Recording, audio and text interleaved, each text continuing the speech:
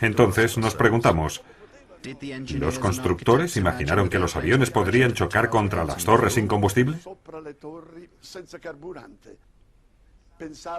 Pensaron quizás que los aviones vuelan por la fuerza del viento.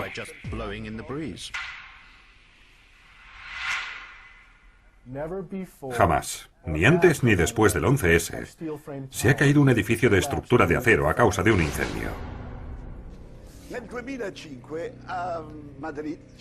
En 2005, en Madrid, se produjo un incendio horroroso. Un rascacielos entero ardió. Era una enorme antorcha que ardió durante 20 horas consecutivas. Pero al final, la estructura aguantó. El rascacielos no se cayó.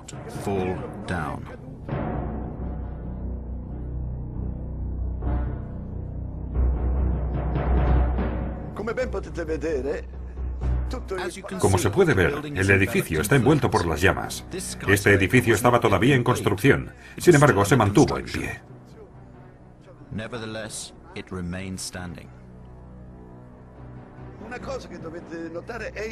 Algo a tener en cuenta es el color blanco de las llamas. Significa que hay mucho oxígeno que arde.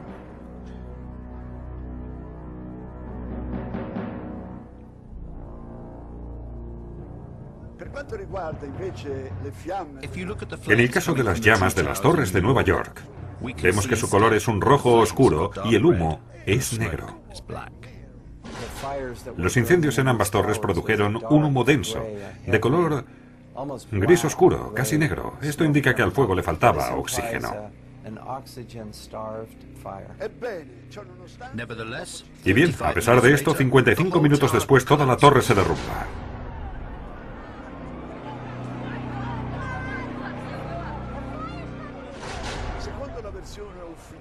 Según la versión oficial, hubo un momento en que la estructura de acero de las torres cedió. Ya no tenía la misma solidez que al principio. Y todo esto a causa del calor, de un calor inmenso. Aquí hay algo que suena raro. Sabemos que algunas personas lograron bajar desde lo más alto, atravesando la zona del incendio más intensa.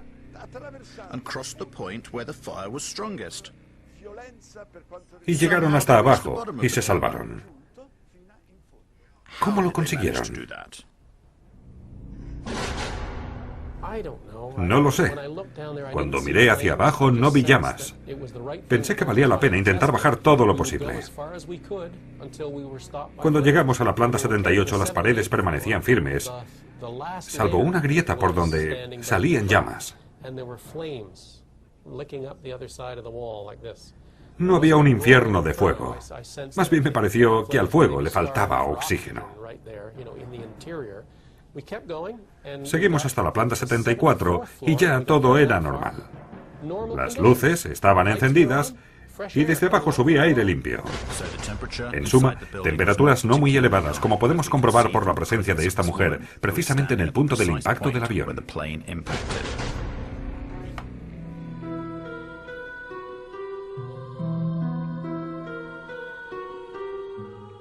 El NIST, para verificar la dinámica efectiva de los colapsos y la forma en que el calor afectó al acero, encargó numerosas pruebas, algunas de las cuales fueron realizadas por la empresa Underwriter Labs.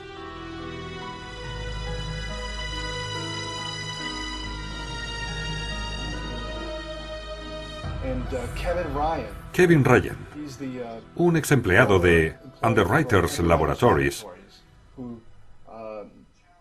cuestionó públicamente el informe del NIST. Una semana después fue despedido de la empresa. Hicimos pruebas sobre modelos de escala en agosto de 2004. Y las pruebas desmintieron la teoría principal de la caída de los edificios, la llamada Pancake Theory. La teoría en que los pisos se quedan apilados. En nuestras pruebas los pisos no se hundían. Y se hicieron en hornos con temperaturas mucho más altas, durante mucho más tiempo. Y aún así los pisos no se hundían.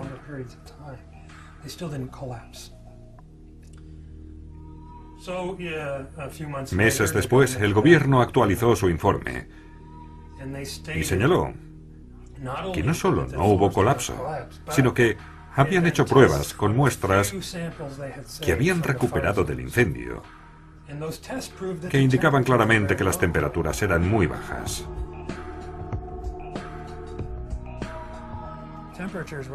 Las temperaturas no habían sido suficientes, ni siquiera para debilitar el acero. Y sin embargo, lo que dijeron fue precisamente eso, que los pisos colapsaron y que el acero se debilitó.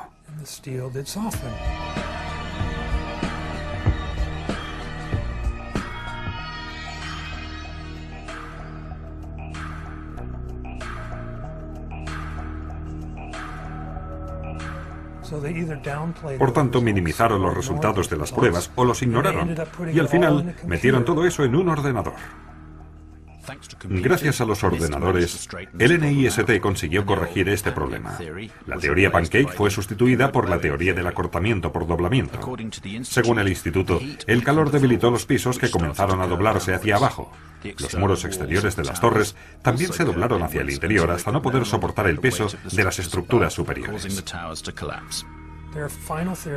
Su última teoría procede casi en su totalidad de la computadora, y el ordenador no es realmente accesible. No nos han permitido revisarlo. Tras investigar durante 1 año y medio, descubrí que no solo contradijeron los resultados de sus propias pruebas, sino que además manipularon los parámetros de prueba. Se duplicó una cosa y otra se partió por la mitad. Por ejemplo, su versión dice que los aviones llevaban 13 toneladas de combustible. La aviación civil dice que fue un promedio de 6,5 toneladas. Por lo tanto, se duplicó, está claro. También se duplicó el tiempo de exposición al fuego. 90 minutos en lugar del que sabemos que fue. 45 y 50 minutos en uno y en otro edificio.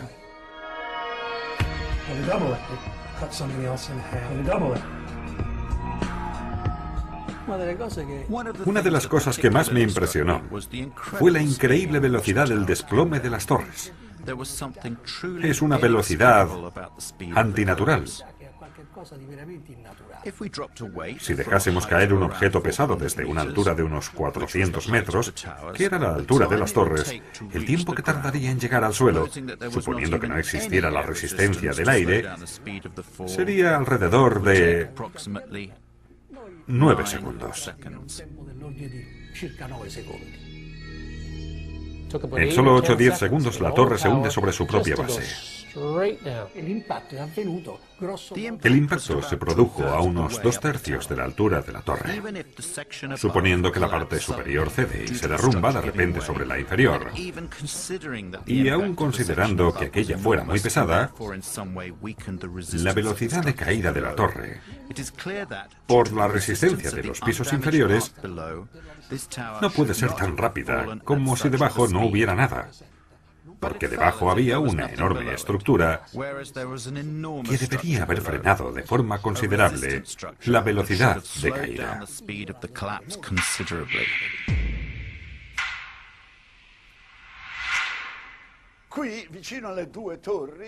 Aquí, cerca de las 2 torres, hubo otra gran torre que fue alcanzada por los desechos de esta torre y que también se derrumbó. Este edificio, un edificio enorme de 47 pisos, nunca fue alcanzado por un avión. Sin embargo, se colapsó ese mismo día, pero 7 horas después de que cayera la última torre gemela, 7 horas más tarde.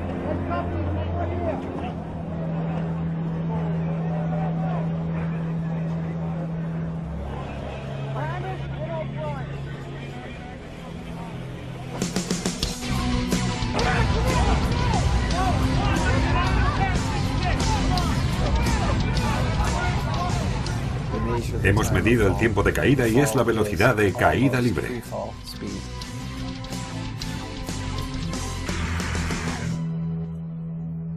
La caída de la Torre Norte inflige graves daños al edificio 7, en el cual surgen numerosos incendios. Son esos daños y el fuego, según la versión oficial, lo que provocan su desplome. Pero ¿por qué este se produce a la velocidad de caída libre? Cuando vi el desplome del World Trade Center,